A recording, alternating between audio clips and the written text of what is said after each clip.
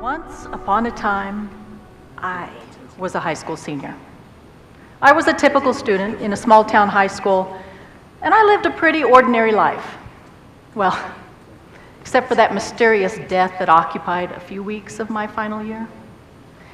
It all started in history class.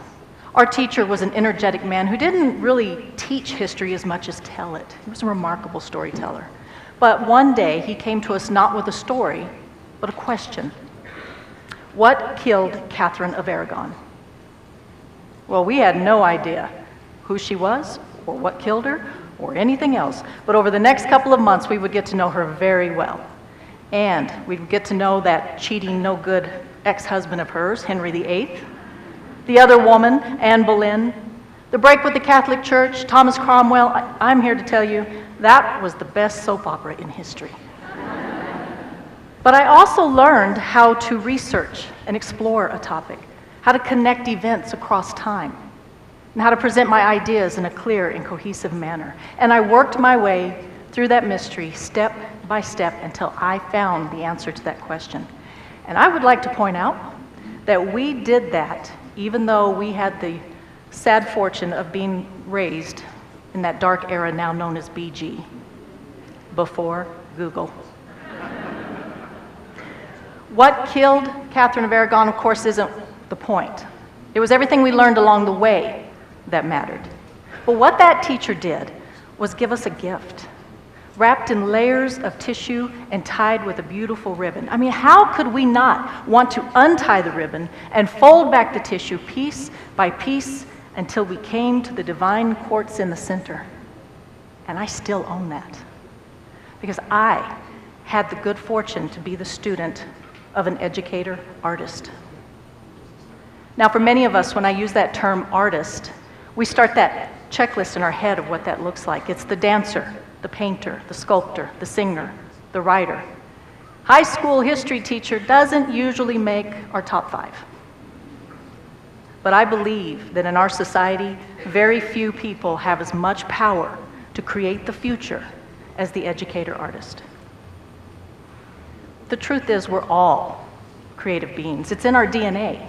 When our ancestors were making weapons and tools from stone, they were also carving Venus statues. When they took the mud from the earth and shaped it into a cup or a bowl to hold the seed, they transformed it into pottery with intricate designs and shapes and colors. This is because necessity leads to craft.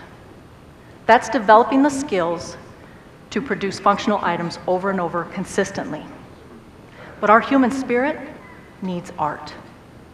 Our imagination lifted craft to new heights, and those practical objects became objects of beauty, using nothing but what the earth and our imaginations provided. Now, education stands at a remarkable crossroads between craft and art. Our practice in an assembly line educational system has led us to become strong craftsmen who are always exploring ways to make this system work. We never stop trying to improve our classrooms, our schools, our districts, even our nation. It's our mission. But what if, instead of approaching that mission with the hands of the craftsman, we came to it from the soul of the artist? What could we change?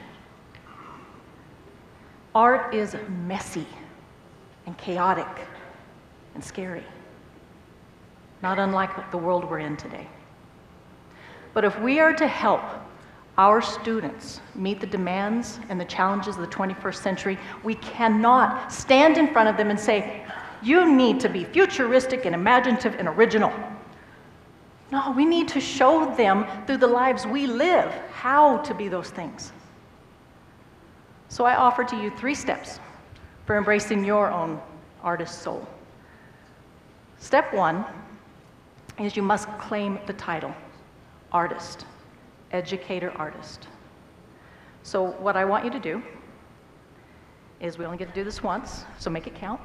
And I won't make you stand up, but I want you to repeat after me, and I want you to mean it. I am an educator-artist.